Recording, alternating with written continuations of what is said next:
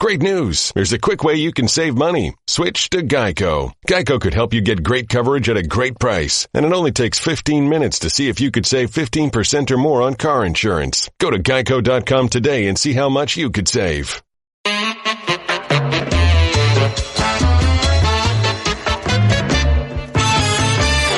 Welcome to Highly Questionable. She is a face-making, banana handshake-faking mess. She's Mina Kimes. What do you like on the show today, Mina? Football. Football's finally back. It's preseason football, but it's still football. Dale, papi.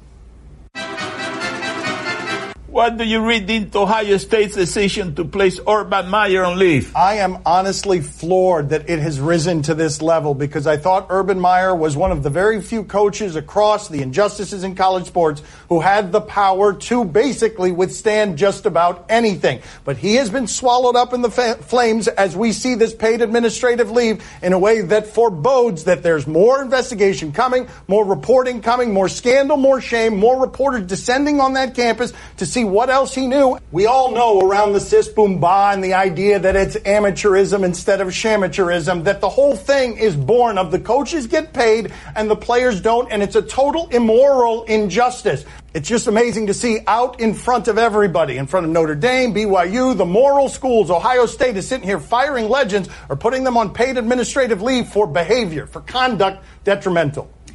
Dan's right. If Urban Meyer is fired, it'll be because of the lie. It'll be because when he says, I had no idea what happened in 2015. I had never even heard of these allegations, even though we know that his wife was fully aware of them in all of their damning details. We won't believe that that information was never conveyed to him. Now, it's entirely possible that Ohio State might not find a smoking gun, a text message or an email from wife to husband. But even so, even if they can't establish the connection, they know that Urban Meyer was aware of the coach's arrest in 2009 for domestic violence. And in continuing to employ him, to mentor him, to vouch for him, he accepted responsibility for that knowledge. And that's why we're looking at this differently than we would have if it had happened 10 years ago. Because now when we talk about assault and abuse, we don't just zero in on the perpetrators. We look for enablers as well. And when we talk about the story and Urban Meyer's role in all of this, that's what we'll be asking. Did he enable this coach over the last few years? Was he ill-equipped the same way Joe Paterno was to see what was happening in the football culture around him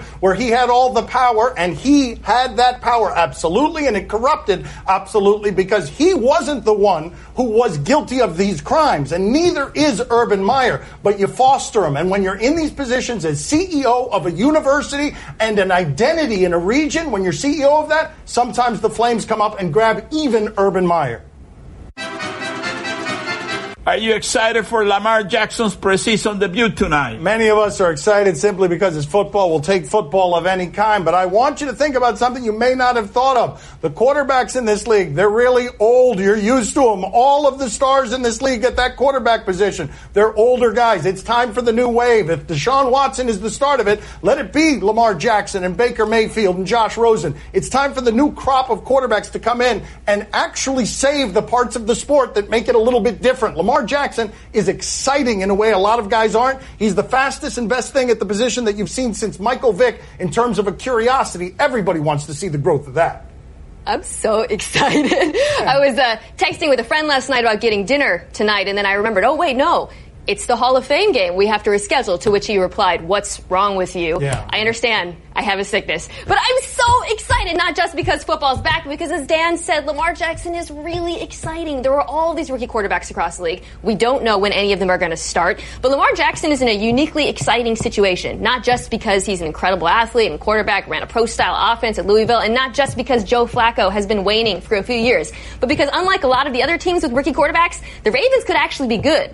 And if Lamar Jackson is good, that is exciting. Here's one of the cool things about the young kids coming after the mentors and the Roethlisbergers and the Bradys and the Aaron Rodgers. They've got personality of style, either Josh Rosen or Baker Mayfield, and personality of game as well. The antiseptic quarterback cliche you're used to. These guys can change it if they play right and if they give you some personality. Hey, Jose Flacco, you make a lot of money. You know what I mean? If Lamar Jackson start making a lot of good plays, you know what you got to do? You slip some money to your offensive line. Maybe they start missing some tackles. Some Lamar Jackson might get leveled, you know what I mean? And that'll be the end of all your threats, you know what I mean? That's what you do. It's a business decision you have to make. So bribe the guards and tackles to let Lamar Jackson get hurt. Yeah, what didn't you understand? I mean, it was pretty simple. I just want to be clear.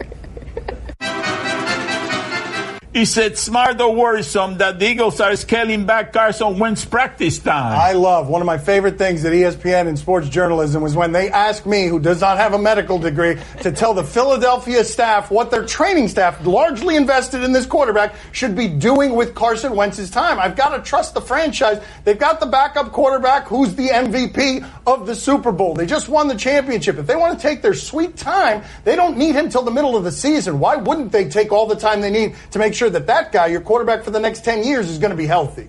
I think it's both smart and a little worrisome. So I've thought for a while that the Eagles might not start Carson Wentz at the beginning of the season. Since the draft, when we were hearing rumors that there were trade offers for Nick Foles, that teams were willing to give a first rounder, and the Eagles said no.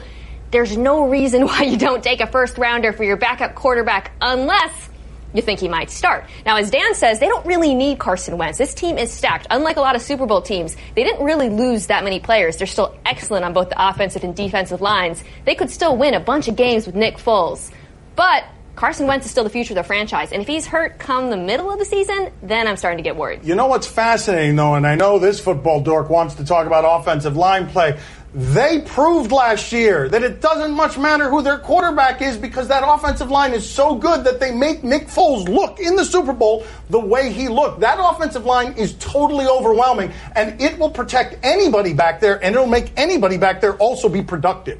Well, I'll tell you one thing, that the offensive line is buddy-buddy with Nick Foles, so I don't think that the other guy, Carson Wentz, has any chance, you know what I mean? All they got to do is, let up a little bit, you know what I mean? Let some of the defensive guy go through the line, that's all. That's all they got to do. Another bevy, a cornucopia of offensive line. That's what is going to happen. I'm telling you, I can see it coming like a freight train. The only analysis is that there's a freight train coming of bribed offensive linemen. That's right, he says, unnecessarily. Because Nick Foles is going to tell them, this guy hasn't done anything for you. Look what I did for you last year. And that's the proof. That's it. He won the Super Bowl for them. Didn't he win the Super Bowl? That's right. Well, there you have it. Okay, my father wasn't sure about that. Yeah. He makes a lot of mistakes on the program. Yeah, how many Super Bowls the other guy won, Carson Wentz? No, not one. Zero, nada, ninguno. That's it. Big nothing. Zero. And he called him Carson Wentz. He wants the Super Bowl that Nick Foles has.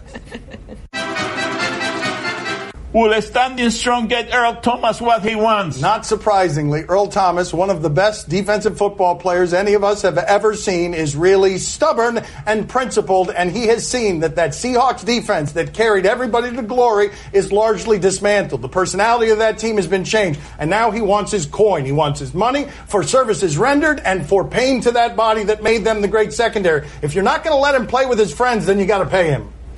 So there are two ways to look at this. One is the football perspective, and I have long thought they should extend Earl Thomas. Not only is he an all-world safety, they are awful without him. When he got hurt in 2016, they went from being one of the top 5 pass defenses in the NFL to one of the bottom 5. So yes, I think they should extend him.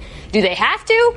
Absolutely not. Seattle's perfectly right to expect Earl Thomas to play out his contract, and he's perfectly within his rights to withhold his labor because he wants to get paid more because he's aging, and he knows that's the only way he's going to get paid and extend his career. Do I think it'll work? Probably not, because if they wanted to pay him, they would have done it already. And sadly, I think it means they're probably going to trade him and not get what he's worth. By the way, Russell Wilson, they did a lot of winning when he was value, but then when he got paid, all of a sudden you saw all those reports about a rift between Russell Wilson and the defense. Cam Chancellor, Earl Thomas, all those guys that have been busting their body, Michael Bennett, they got that quarterback paid. He ended up taking the money, and now their defense is decimated. Earl Thomas is making a last stand as the last line of defense on the principle of all those guys. Well, all those guys actually got paid, too.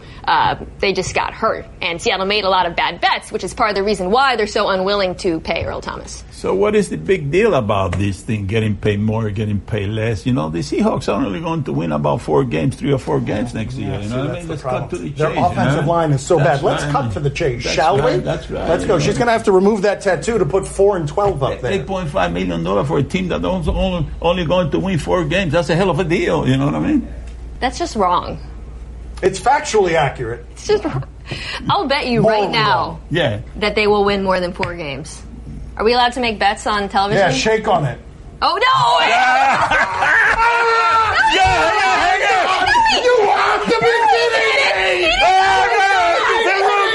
He's a rookie! No! No, he did not reach out his arm. Coming up next on Highly Questionable.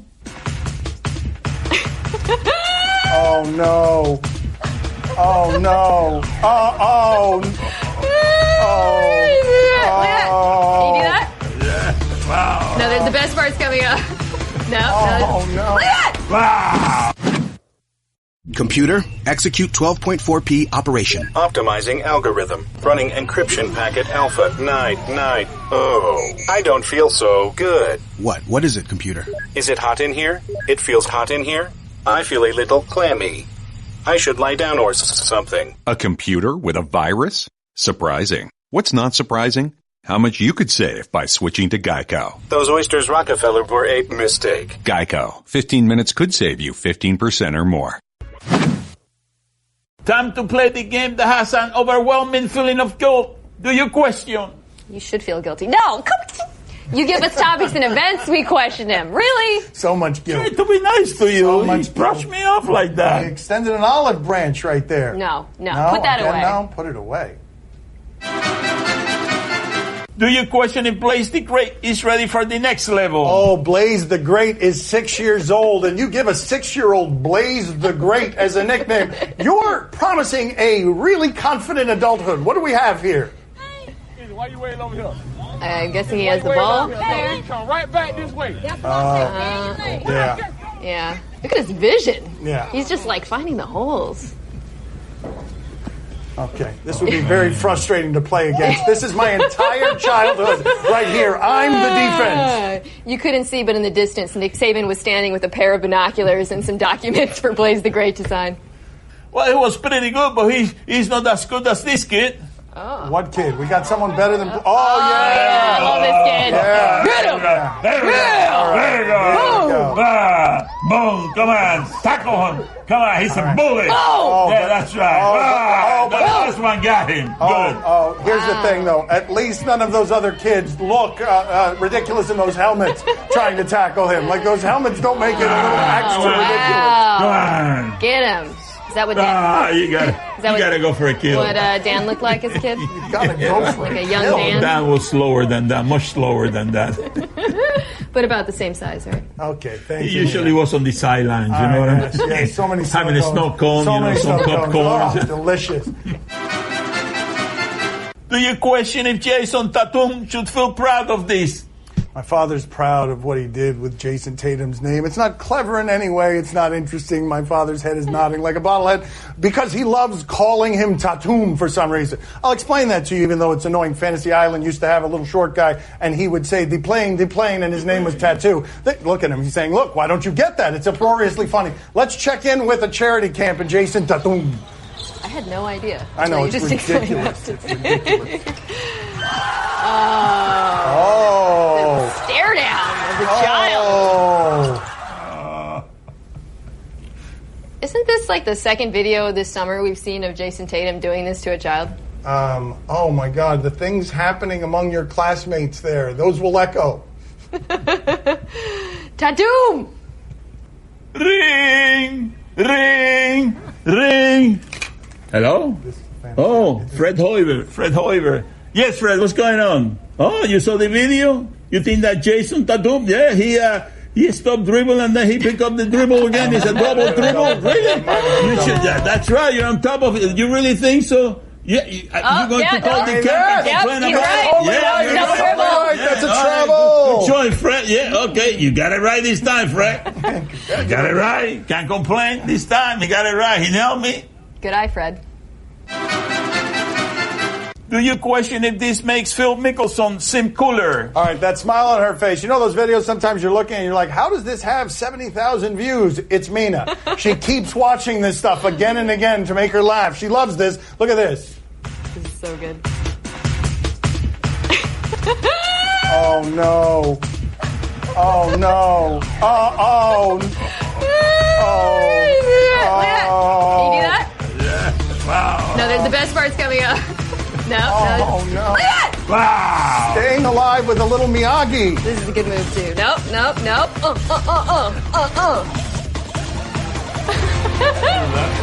you do that? That's a tough one. That high kick was pretty impressive. Yeah, you'd buy those shirts, right? Because you'd be so cool. Coming up next on my son's TV show. How do I think the season's gonna go? It better go good. You can spell better any way you want to spell it. B-E-T-T-E-R, B-E-T-T-A, B-E-T-T-A-H, but it better go well. Highly questionable is broadcast from the Clevelander Hotel on beautiful South Beach, Miami. Time to play the game that loves to shred his friends. See or no? It's the language of intimacy among males. We shred each other. You tell us what to watch on TV tonight. We tell you if we're intrigued.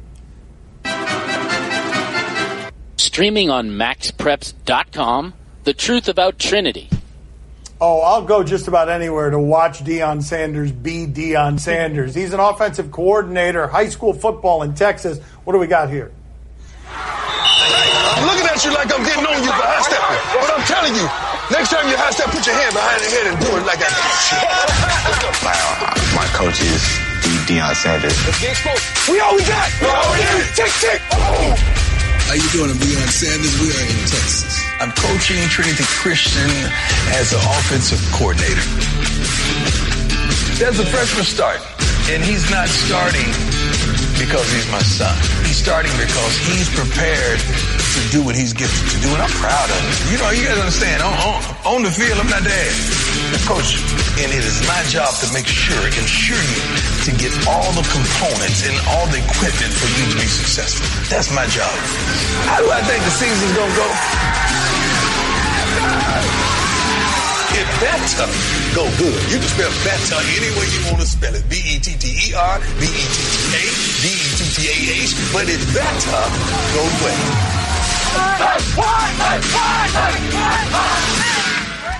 Man, if we win one game and 10 kids go to school, I think we won. Oh, nice. At the end, they put the stamp on it. They notarize it. If you do not know how great that guy was, if he played right now in his prime, the way that he played back then, he would be top 5 star across all of sports. That personality and that style. Mina, are you intrigued? Yes, his primary coaching lesson seemed to be celebrate harder. That's what I heard. Can you imagine, by the way, being the head coach and Deion Sanders is your offensive coordinator? That poor man. Yeah, but if he tells you to celebrate harder, it's because no one's ever been better at celebrating than him. Papi, are you intrigued? Oh, see, I'm very intrigued. You know, I mean, I love Deion Sanders, but I mean, he's not my favorite defensive back. Who we got? Oh, really? Oh, yeah! Yes! This is Malcolm Butler crushing the soul of Mina Kimes at the goal line. That could have been another championship right there, but it is in the hands of Papi's favorite defensive back. They were right to throw. Running was the wrong decision. I'll explain it. No, I never want to hear the explanation. But I'd like to see the video again. You guys mind showing the video again? Really? We're really Let's walk her through this instead. Right here. There it is. Right there. Why do I do this show? Right there. Right there. Just a great play by Malcolm Butler, subsequently benched in a Super Bowl. On CMT, Bachelorette Weekend. Oh, my father seems to have gotten a bit of a pep in his step here next to me. Weekend. Oh, and it comes with sounds, too. Old man sounds. Let's check in with a bachelor party. I'm driving. I'm sorry, bachelorette. I'm Robbie, owner of Batch Weekend. We provide the ultimate upscale bachelorette experience. Oh my God, I have a pink limo! No one can roll the red carpet like us. Our bride, Brittany, loves hockey. This is just a small glimpse of what we can do for our clients that they couldn't do themselves. These girls are ready to party. They are tearing up. Every which way my head turns, there's a different batch doing something else that I don't want to see. Drink up, Whoa! This is a complete train wreck.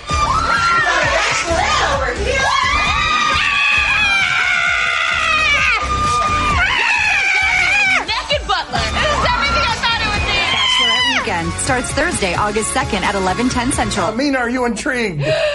Yes, so my own bachelorette party was a few years ago. This time, actually, that year. And my idea was rejected. I tried to convince everyone to go to a preseason football game. For some reason, they were not excited by that. Papi, are you intrigued? Oh, see, I'm very intrigued. Listen, some of those guys are pretty good dancers, but I've seen better dancers. Oh, yeah. There we go. Get sensual with That's it. right. Yes. Right. Funky in the loins. All right. Funky in the loins. All right. You gotta respect the kick, though. The kick is good. The kick is good. Staying alive. Whoa! All right. That's all the time we have for today. Thank you for watching. What the hell did we do here today? Mina, I've been very mean to you, so I want to give you a gift. Uh-oh. What's this? A montage of what her is getting it? fooled by handshakes? Oh, My baby boy! Oh, he's so cute. Lenny!